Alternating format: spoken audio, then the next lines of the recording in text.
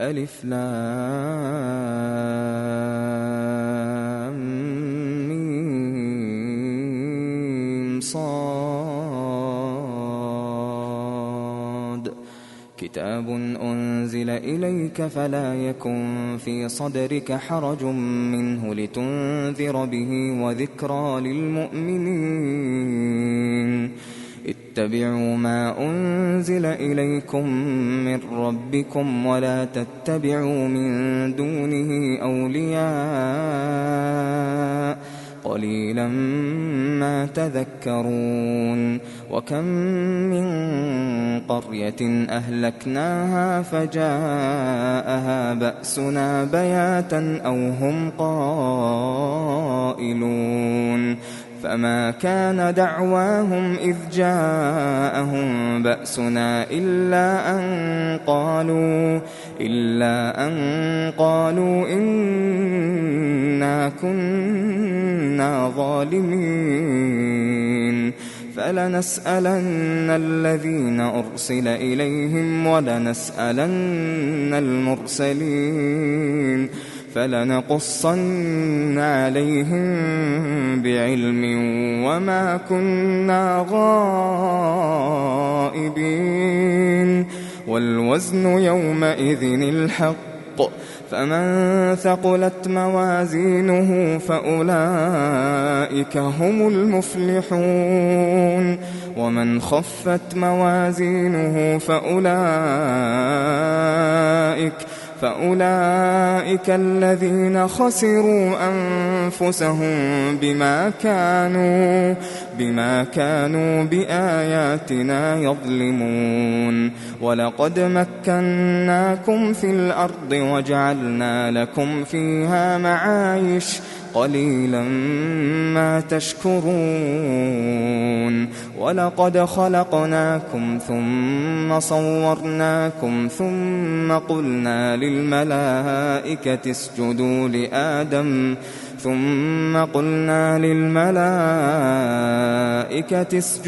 لآدم فسجدوا إلا إبليس لم يكن من الساجدين. قال ما منعك ألا تسجد إذ أمرتك؟ قال أنا خير منه خلقتني من نار وخلقته من طين. قال فاهبط منها فما يكون لك أن تتكبر فيها فاخرج إنك من الصاغرين. قال أنظرني إلى يوم يبعثون. قال إنك من المنظرين. قال فبما أغويتني لأقعدن لهم صراطك المستقيم ثم لآتينهم من بين أيديهم ومن خلفهم وعن أيمانهم وعن شمائلهم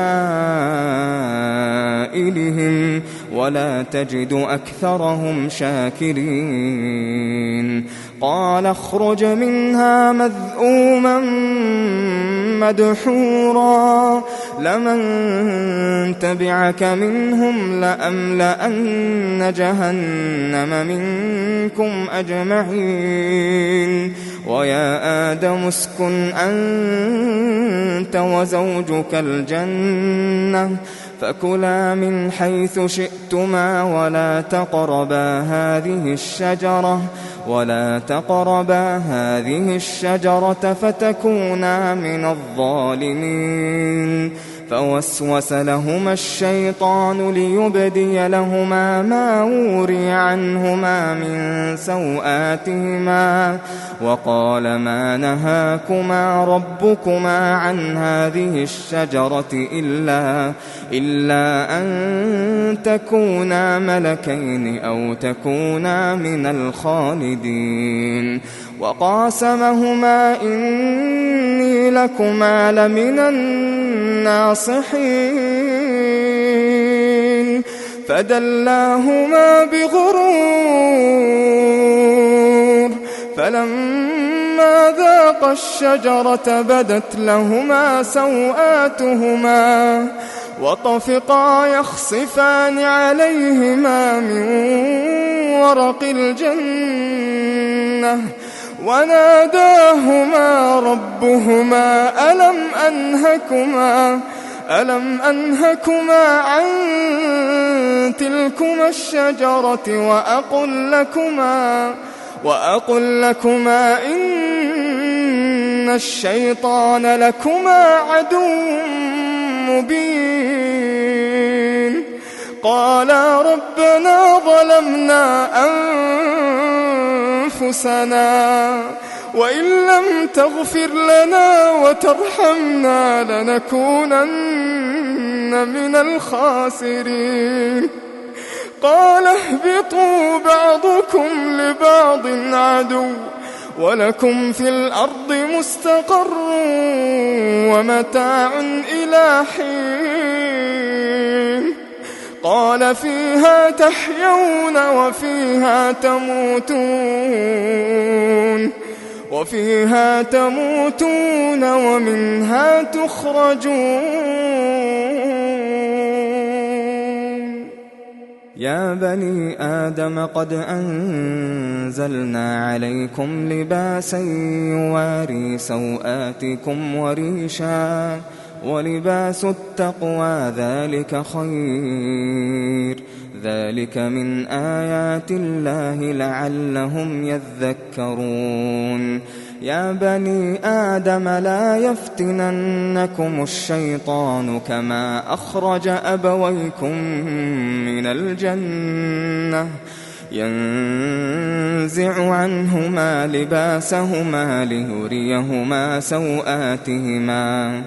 إنه يراكم هو وقبيله من حيث لا ترونهم إنا جعلنا الشياطين أولياء للذين لا يؤمنون وإذا فعلوا فاحشة قالوا وجدنا عليها آباءنا والله أمرنا بها قل إن الله لا يأمر بالفحشاء أتقولون على الله ما لا تعلمون قل أمر ربي بالقسط وأقيموا وجوهكم عند كل مسجد وادعوه مخلصين له الدين كما بدأكم تعودون فريقا هدى وفريقا حق عليهم الضلالة إنهم اتخذوا الشياطين أولياء من دون الله ويحسبون أنهم مهتدون يا بني آدم خذوا زينتكم عند كل مسجد وكلوا واشربوا ولا تسرفوا إنه لا يحب المسرفين قل من حرم زينة الله التي أخرج لعباده والطيبات من الرزق قل هي للذين آمنوا في الحياة الدنيا خالصة يوم القيامة كذلك نفصل الآيات لقوم يعلمون قل إنما حرم ربي الفواحش ما ظهر منها وما بطن والإثم والبغي بغير الحق وأن تشركوا بالله ما لم ينزل به سلطانا وأن تقولوا على الله ما لا تعلمون ولكل أمة أجل فإذا جاء أجلهم لا يستأخرون ساعة ولا يستقدمون يا بني آدم إما يأتينكم رسل منكم يقصون عليكم آياتي فمن اتقى وأصلح فلا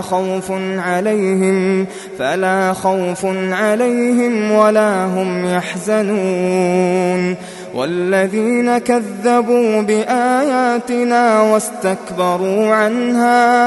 واستكبروا عنها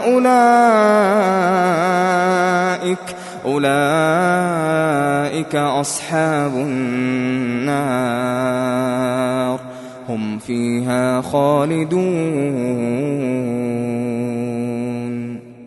فمن أظلم ممن افترى على الله كذبا أو كذب بآياته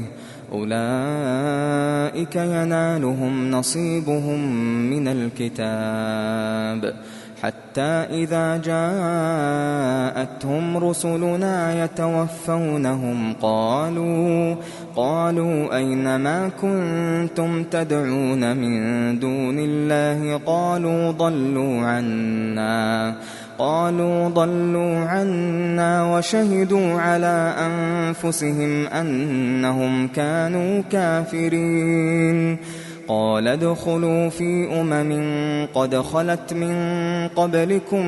من الجن والإنس في النار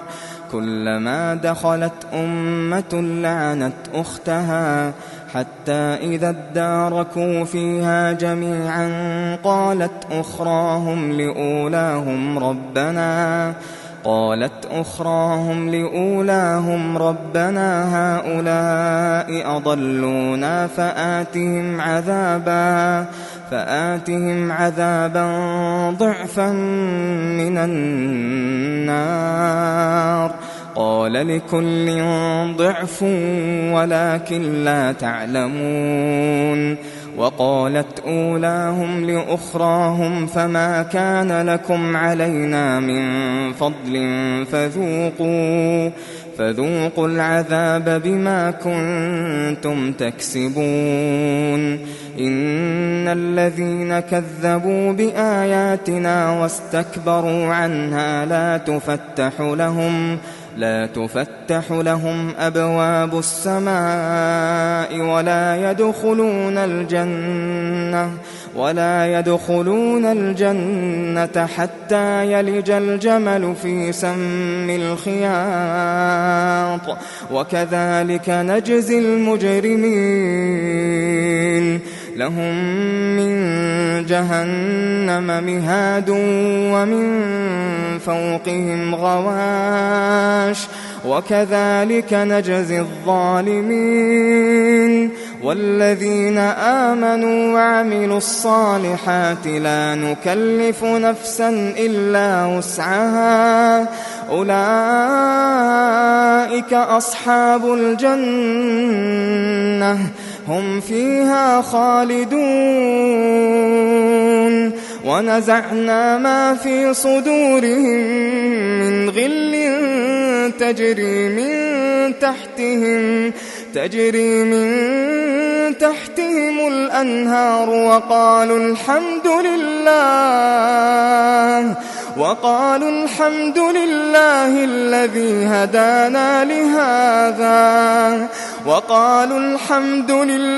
الذي هدانا لهذا وما كنا لنهتدي لولا أن هدانا الله لقد جاءت رسل ربنا بالحق ونودوا أن تلكم الجنة أورثتموها بما كنتم تعملون.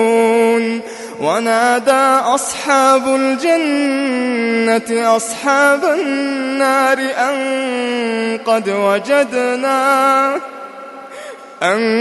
قد وجدنا ما وعدنا ربنا حقا فهل وجدتم ما وعد ربكم حقا؟ قالوا نعم. فأذن مؤذن بينهم اللعنة الله على الظالمين الذين يصدون عن سبيل الله ويبغونها عوجا وهم بالآخرة كافرون وبينهما حجاب وعلى الأعراف رجال يعرفون كلا بسيماهم ونادوا أصحاب الجنة أن سلام عليكم لم يدخلوها وهم يطمعون وإذا صرفت أبصارهم تلقاء أصحاب النار قالوا ربنا لا تجعلنا مع القوم الظالمين ونادى أصحاب الأعراف رجالا يعرفونهم بسيماهم قالوا ما أغنى عنكم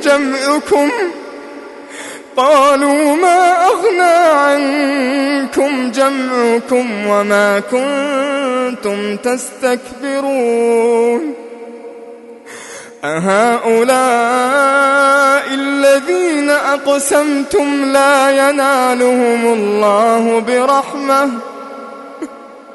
ادخلوا الجنة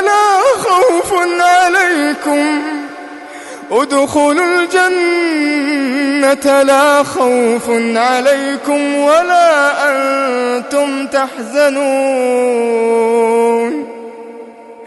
ونادى أصحاب النار أصحاب الجنة أن أفيضوا علينا من الماء ونادى أصحاب النار أصحاب الجنة أن أفيضوا علينا من الماء أو مما رزقكم الله قالوا إن الله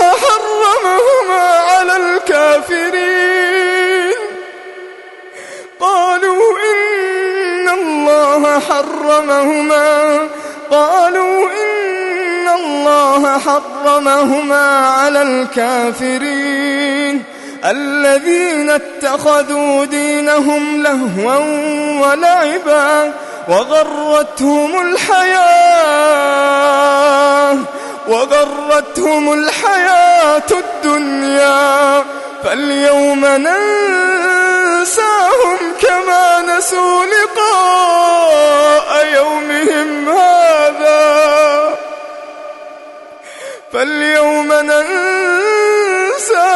كما نسوا لقاء يومهم هذا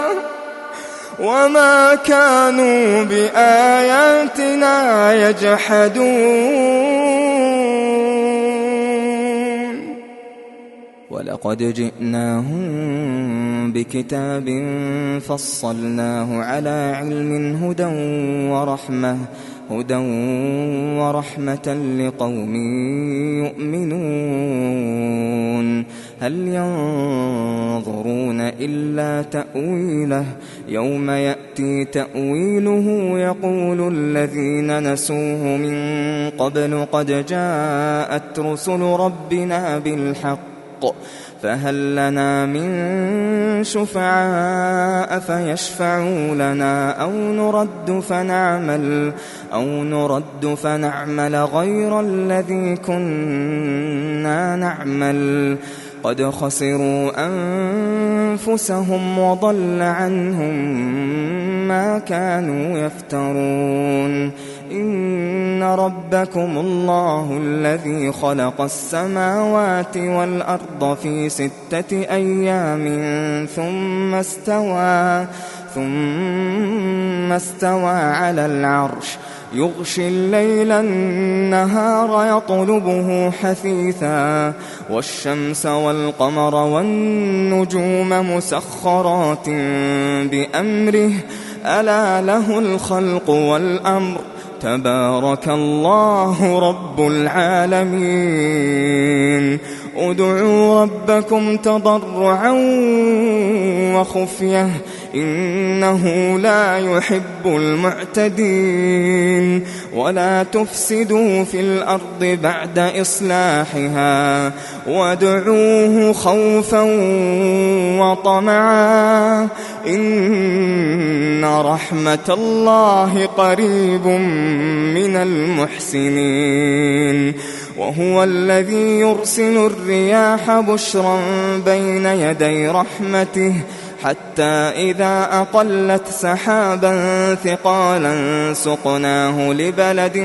ميت فأنزلنا به الماء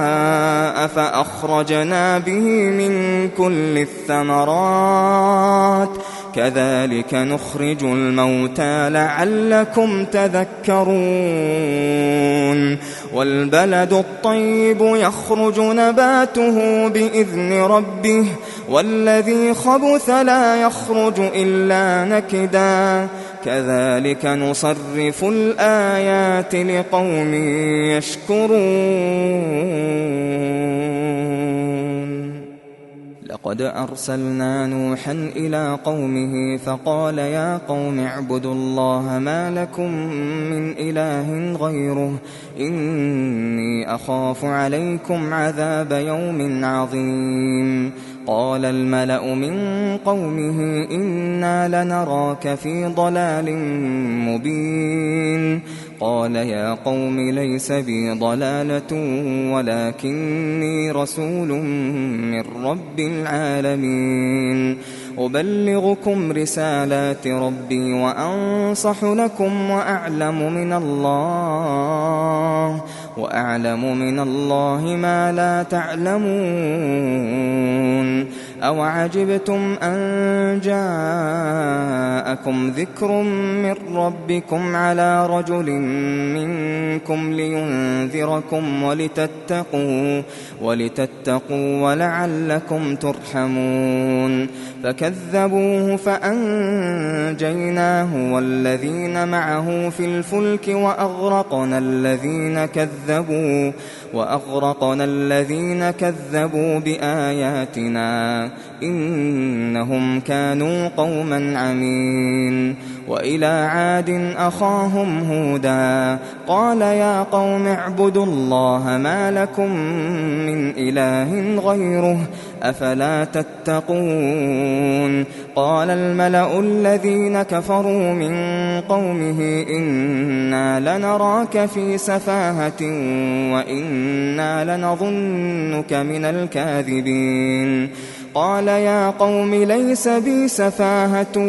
ولكني رسول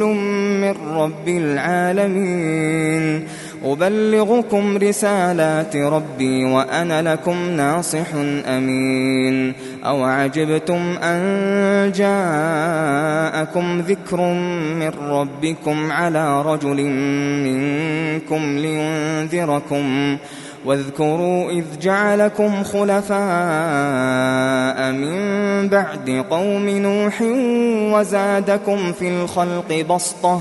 فاذكروا آلاء الله لعلكم تفلحون قالوا أجئتنا لنعبد الله وحده ونذر ما كان يعبد آباؤنا فأتنا بما تعدنا إن كنت من الصادقين قال قد وقع عليكم من ربكم رجس وغضب أتجادلونني في أسماء سميتموها أنتم وآباؤكم ما نزل الله بها من سلطان فانتظروا إني معكم من المنتظرين فأنجيناه والذين معه برحمة منا وقطعنا دابر الذين كذبوا بآياتنا وما كانوا مؤمنين. وإلى ثمود أخاهم صالحا قال يا قوم اعبدوا الله ما لكم من إله غيره قد جاءتكم بينة من ربكم هذه ناقة الله لكم آية فذروها تأكل في أرض الله ولا تمسوها بسوء فيأخذكم عذاب أليم. واذكروا إذ جعلكم خلفاء من بعد عاد وبوأكم في الأرض تتخذون من سهولها قصورا وتنحتون الجبال بيوتا فاذكروا آلاء الله ولا تعثوا في الأرض مفسدين. قال الملأ الذين استكبروا من قومه للذين استضعفوا لمن آمن منهم أتعلمون أن صالحا مرسل من ربه قالوا إنا بما أرسل به مؤمنون. قال الذين استكبروا إنا بالذي آمنتم به كافرون. فعقروا الناقة وعتوا عن أمر ربهم وقالوا يا صالح ائتنا بما تعدنا إن كنت من المرسلين. فأخذتهم الرجفة فأصبحوا في دارهم جاثمين. فتولى عنهم وقال يا قوم لقد أبلغتكم رسالة ربي ونصحت لكم ولكن لا تحبون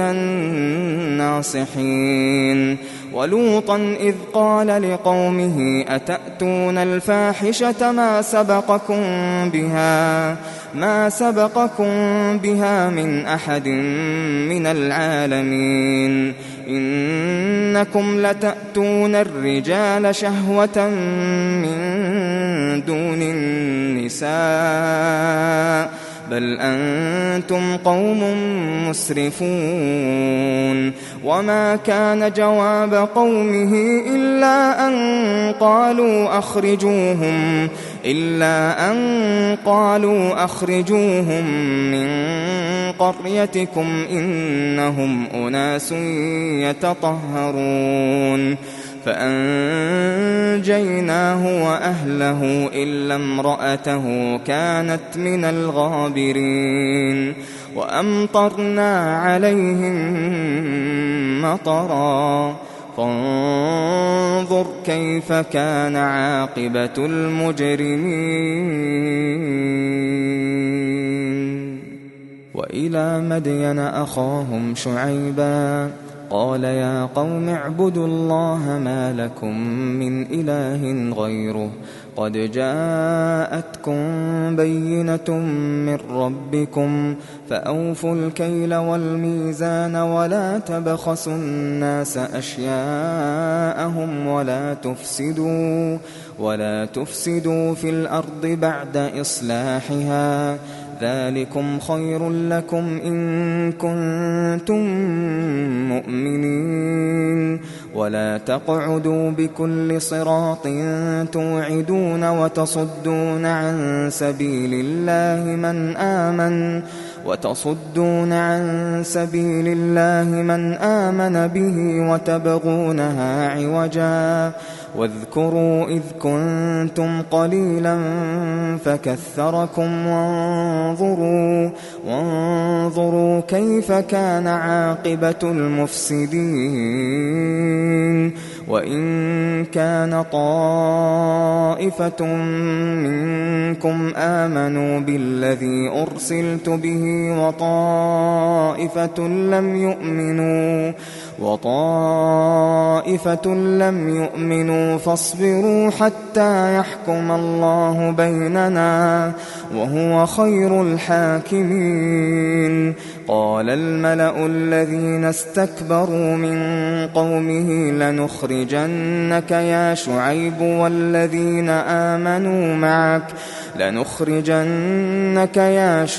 والذين آمنوا معك من قريتنا أو لتعودن في ملتنا. قال أولو كنا كارهين قد افترينا على الله كذبا إن عدنا في ملتكم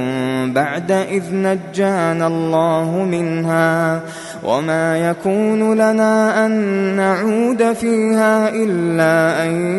يشاء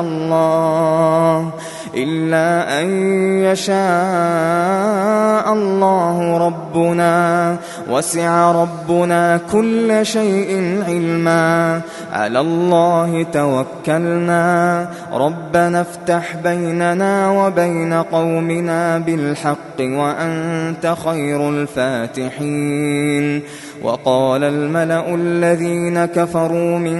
قومه لئن اتبعتم شعيبا إنكم إذا لخاسرون. فأخذتهم الرجفة فأصبحوا في دارهم جاثمين. الذين كذبوا شعيبا كأن لم يغنوا فيها الذين كذبوا شعيبا كانوا هم الخاسرين. فتولى عنهم وقال يا قوم لقد أبلغتكم رسالات ربي ونصحت لكم فكيف آسى على قوم كافرين. وما أرسلنا في قرية من نبي إلا أخذنا أهلها بالبأساء والضراء لعلهم يضرعون. ثم بدلنا مكان السيئة الحسنة حتى عفوا وقالوا قد مس آباءنا الضراء والسراء فأخذناهم بغتة وهم لا يشعرون. ولو أن أهل القرى آمنوا واتقوا لفتحنا عليهم بركات من السماء والأرض ولكن كذبوا فأخذناهم بما كانوا يكسبون. أفأمن أهل القرى أن يأتيهم بأسنا بياتا وهم نائمون. أوأمن أهل القرى أن يأتيهم بأسنا ضحى وهم يلعبون. أفأمنوا مكر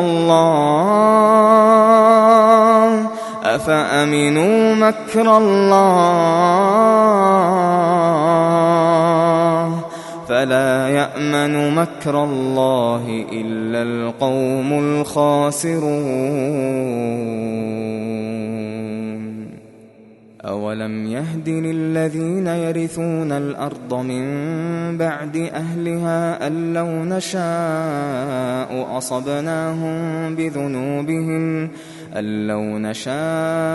أصبناهم بذنوبهم ونطبع على قلوبهم فهم لا يسمعون. تلك القرى نقص عليك من أنبائها ولقد جاءتهم رسلهم بالبينات فما كانوا ليؤمنوا بما كذبوا من قبل كذلك يطبع الله على قلوب الكافرين وما وجدنا لأكثرهم من عهد وإن وجدنا أكثرهم لفاسقين ثم بعثنا من بعدهم موسى بآياتنا إلى فرعون وملئه فظلموا بها فانظر كيف كان عاقبة المفسدين وقال موسى يا فرعون إني رسول من رب العالمين حقيق على ألا أقول على الله إلا الحق قد جئتكم ببينة من ربكم فأرسل معي بني إسرائيل قال إن كنت جئت بآية فأت بها إن كنت من الصادقين فألقى عصاه فإذا هي ثعبان مبين ونزع يده فإذا هي بيضاء للناظرين قال الملأ من قوم فرعون إن هذا لساحر عليم يريد أن يخرجكم من أرضكم فماذا تأمرون قالوا أرجه وأخاه وأرسل في المدائن حاشرين يأتوك بكل ساحر عليم وجاء السحرة فرعون قالوا إن لنا لأجرا إن كنا نحن الغالبين قال نعم وإنكم لمن المقربين قالوا يا موسى إما أن تلقي وإما أن نكون نحن الملقين قال ألقوا فلما ألقوا سحروا أعين الناس واسترهبوهم وجاءوا بسحر عظيم وأوحينا إلى موسى أن ألق عصاك فإذا هي تلقف ما يأفكون فوقع الحق وبطل ما كانوا يعملون فغلبوا هنالك وانقلبوا صاغرين وألقي السحرة ساجدين قالوا آمنا برب العالمين رب موسى وهارون قال فرعون آمنتم به قبل أن آذن لكم إن هذا لمكر مكرتموه في المدينة لتخرجوا منها أهلها فسوف تعلمون لأقطعن أيديكم وأرجلكم من خلاف ثم لأصلبنكم أجمعين قالوا إنا إلى ربنا منقلبون وما تنقم منا إلا أن آمنا بآيات ربنا لما جاءتنا ربنا أفرغ علينا صبرا وتوفنا مسلمين وقال الملأ من قوم فرعون أتذر موسى وقومه ليفسدوا في الأرض ويذرك وآلهتك قال سنقتل أبناءهم ونستحيي نساءهم وإنا فوقهم قاهرون قال موسى لقومه استعينوا بالله واصبروا إن الأرض لله يورثها من يشاء من عباده والعاقبة للمتقين قالوا أوذينا من قبل أن تأتينا ومن بعد ما جئتنا قال عسى ربكم أن يهلك عدوكم ويستخلفكم في الأرض فينظر كيف تعملون ولقد أخذنا آل فرعون بالسنين ونقص من الثمرات لعلهم يذكرون فإذا جاءتهم الحسنة قالوا لنا هذه وإن تصبهم سيئة يطيروا بموسى ومن معه ألا إنما طائرهم عند الله ولكن أكثرهم لا يعلمون وقالوا مهما تأتنا به من آية لتسحرنا بها فما نحن لك بمؤمنين فأرسلنا عليهم الطوفان والجراد والقمل والضفادع والدم آيات مفصلات فاستكبروا وكانوا قوما مجرمين ولما وقع عليهم الرجز قالوا يا موسى ادع لنا ربك بما عهد عندك لئن كشفت عنا الرجز لنؤمنن لك ولنرسلن معك بني إسرائيل فلما كشفنا عنهم الرجز إلى أجل هم بالغوه إذا هم ينكثون فانتقمنا منهم فأغرقناهم في اليم بأنهم كذبوا بآياتنا وكانوا عنها غافلين وأورثنا القوم الذين كانوا يستضعفون مشارق الأرض ومغاربها التي باركنا فيها وتمت كلمة ربك الحسنى على بني إسرائيل بما صبروا ودمرنا ما كان يصنع فرعون وقومه وما كانوا يعرشون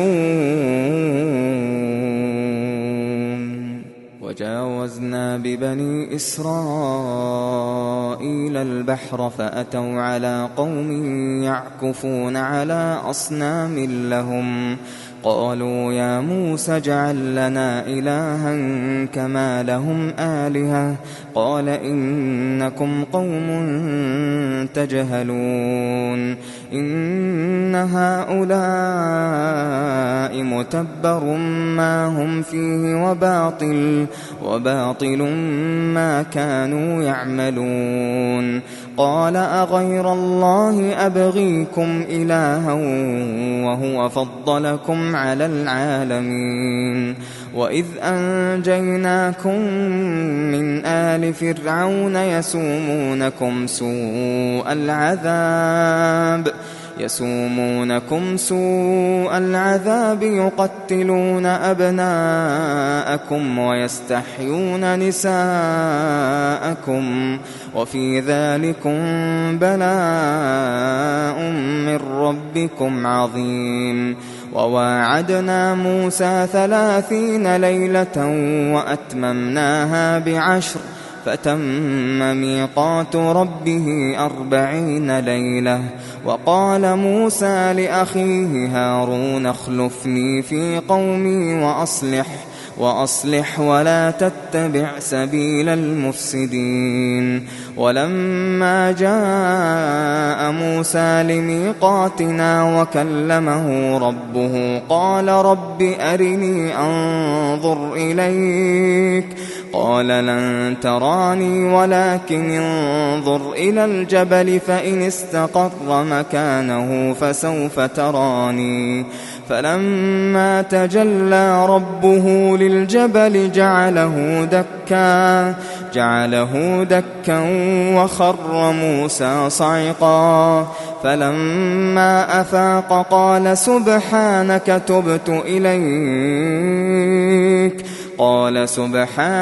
تبت إليك وأنا أول المؤمنين قال يا موسى إني اصطفيتك على الناس برسالاتي وبكلامي فخذ ما آتيتك وكن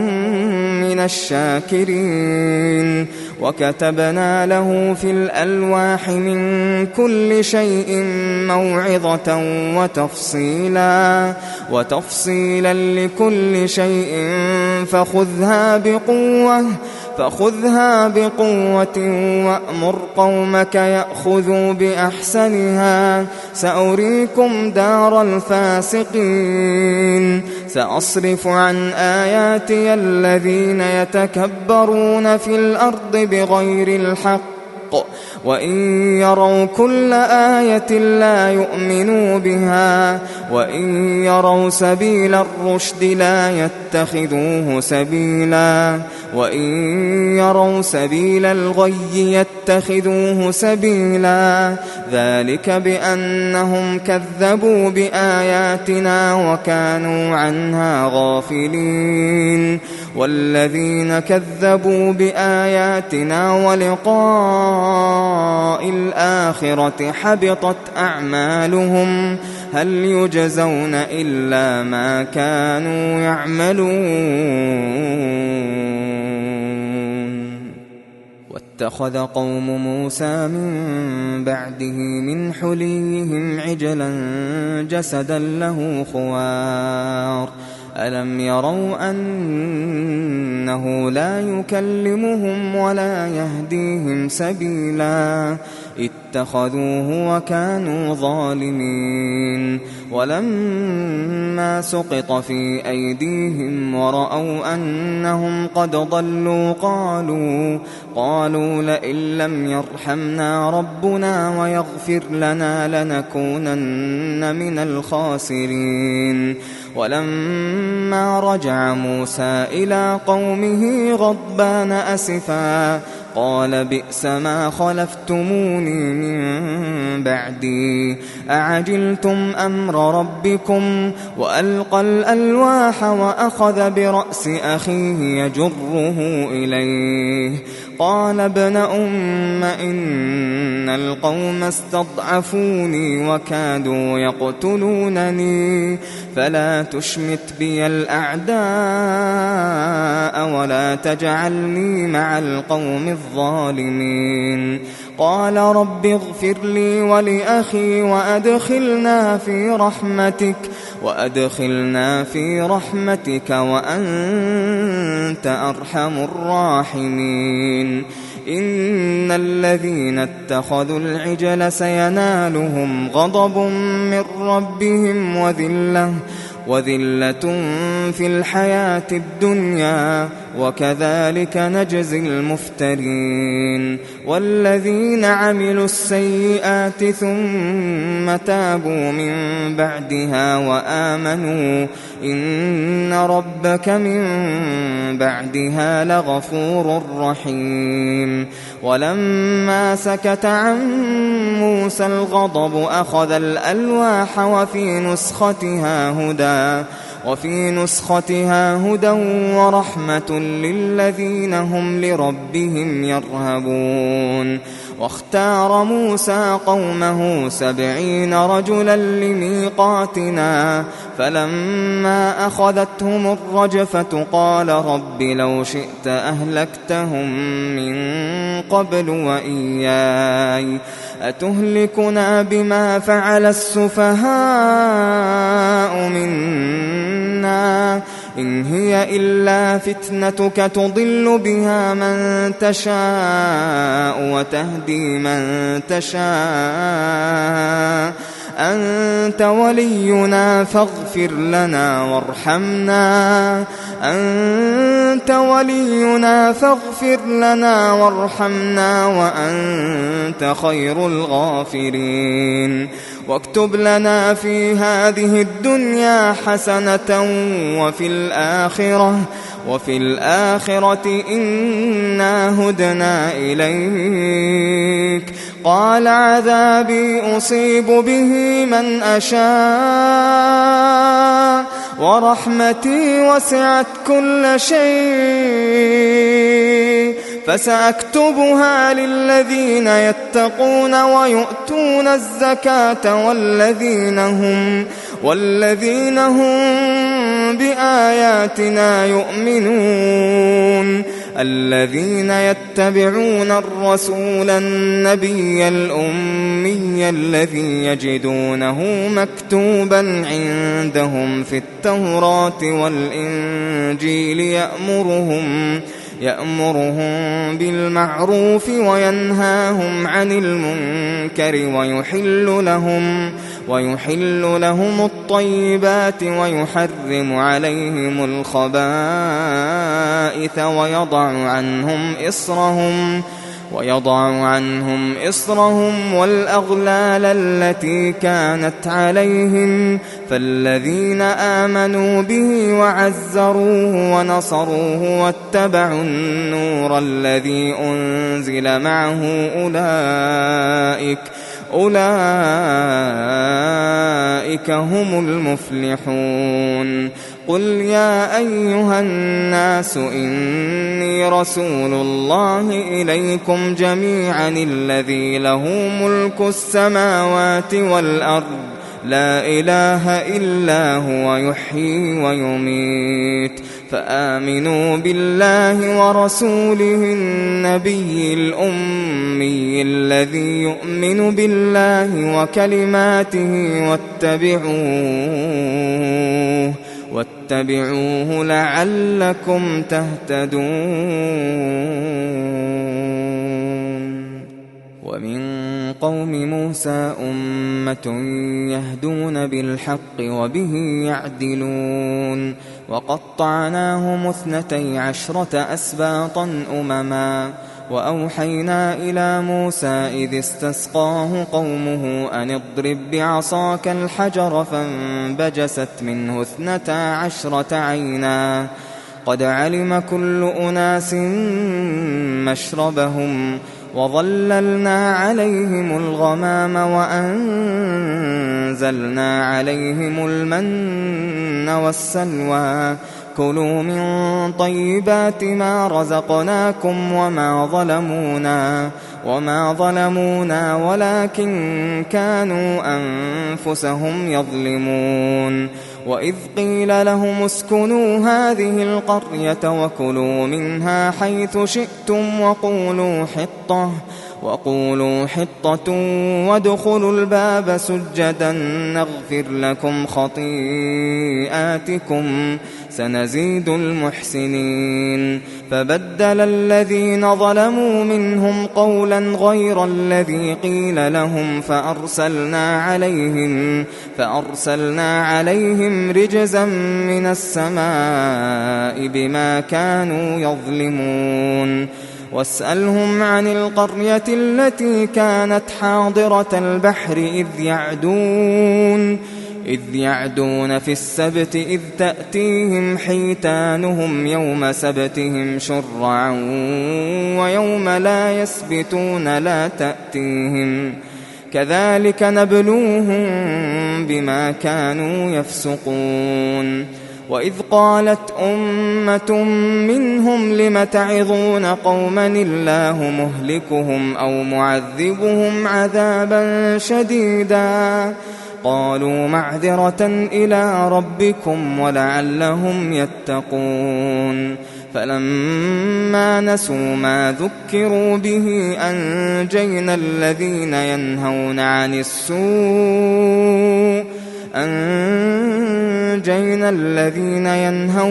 السوء وأخذنا الذين ظلموا وأخذنا الذين ظلموا بعذاب بئيس بما كانوا يفسقون فلما عتوا عما نهوا عنه قلنا لهم كونوا قردة خاسئين وإذ تأذن ربك ليبعثن عليهم إلى يوم القيامة من يسومهم سوء العذاب إن ربك لسريع العقاب وإنه لغفور رحيم وقطعناهم في الأرض أمما منهم الصالحون ومنهم دون ذلك وبلوناهم بالحسنات والسيئات لعلهم يرجعون فخلف من بعدهم خلف ورثوا الكتاب يأخذون عرض هذا الأدنى ويقولون سيغفر لنا وإن يأتهم عرض مثله يأخذوه ألم يؤخذ عليهم ميثاق الكتاب ألا يقولوا على الله إلا الحق ودرسوا ما فيه والدار الآخرة خير للذين يتقون أفلا تعقلون والذين يمسكون بالكتاب وأقاموا الصلاة إنا لا نضيع أجر المصلحين وإذ نتقنا الجبل فوقهم كأنه ظلة وظنوا أنه واقع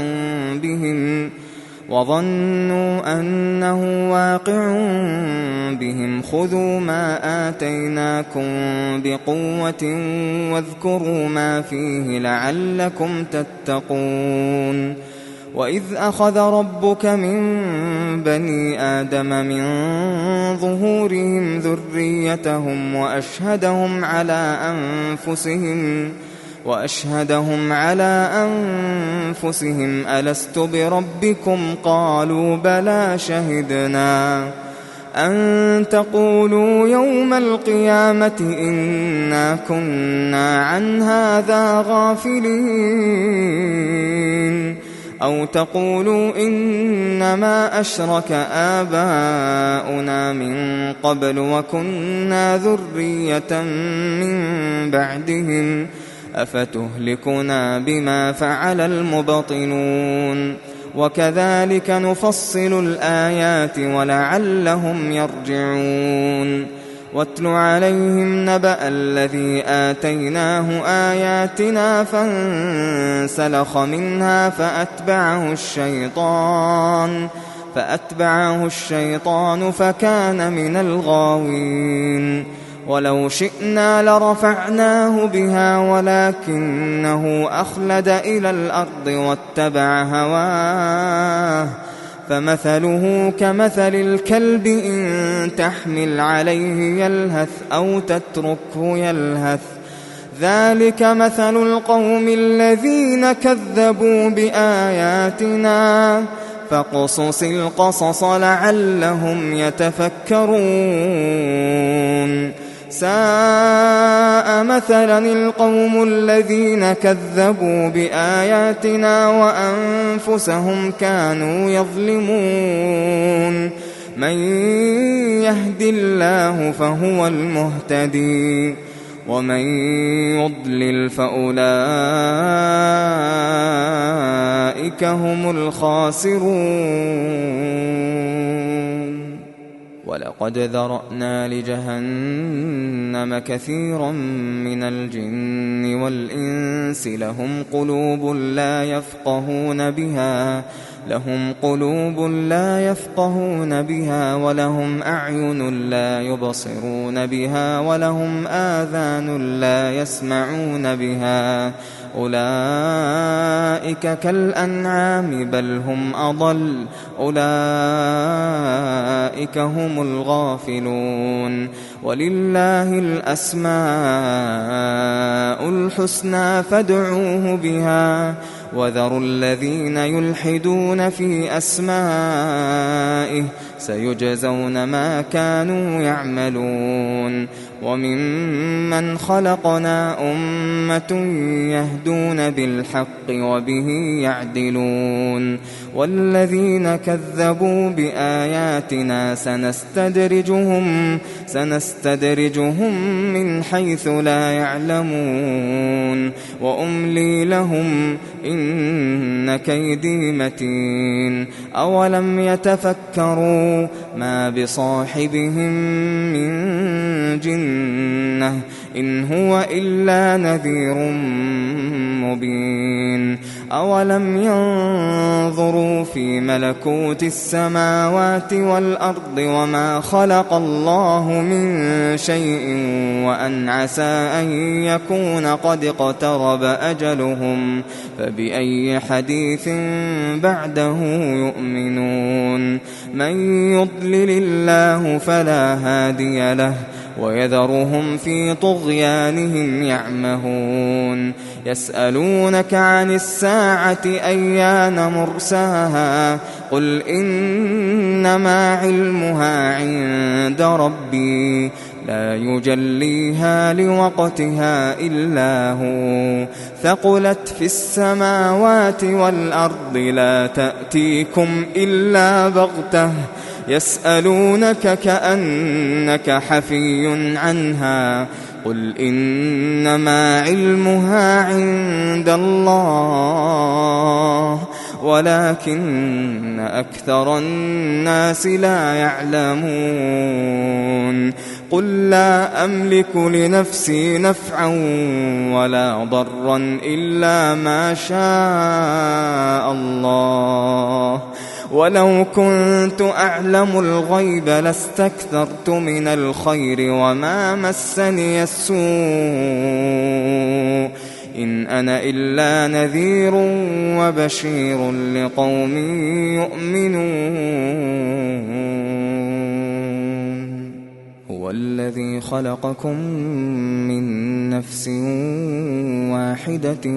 وجعل منها زوجها ليسكن إليها فلما تغشاها حملت حملا خفيفا فمرت به فلما أثقلت دعوا الله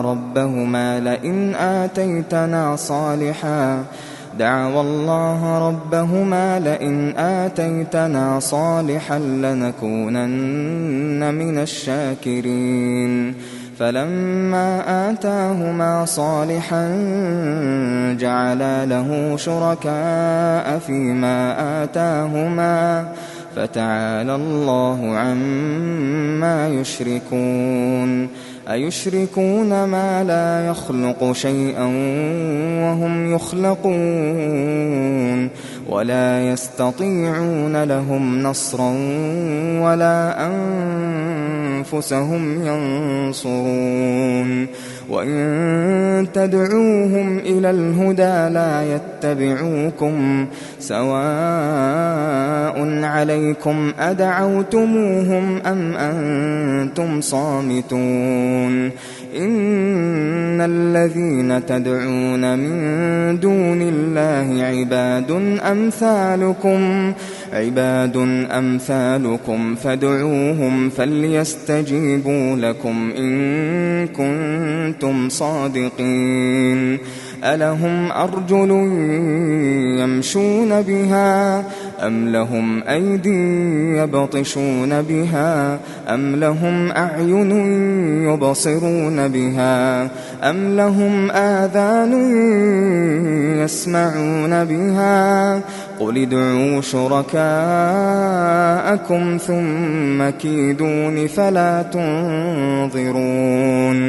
إن وليي الله الذي نزل الكتاب وهو يتولى الصالحين والذين تدعون من دونه لا يستطيعون نصركم ولا أنفسهم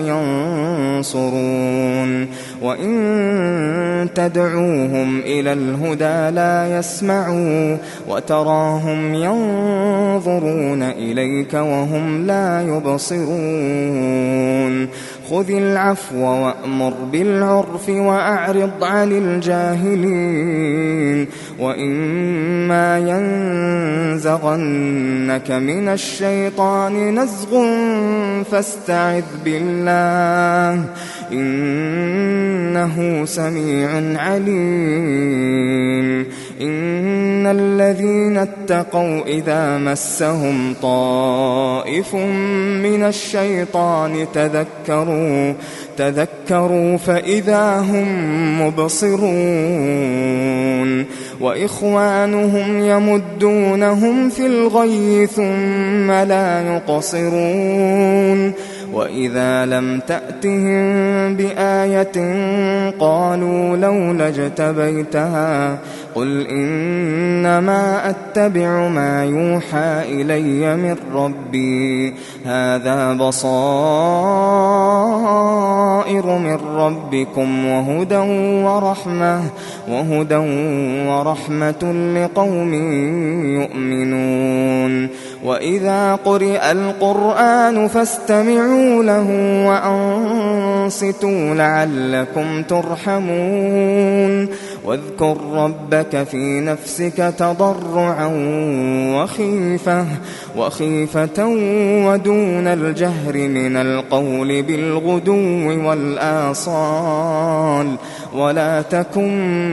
من الغافلين إن الذين عند ربك لا يستكبرون عن عبادته ويسبحونه وله يسجدون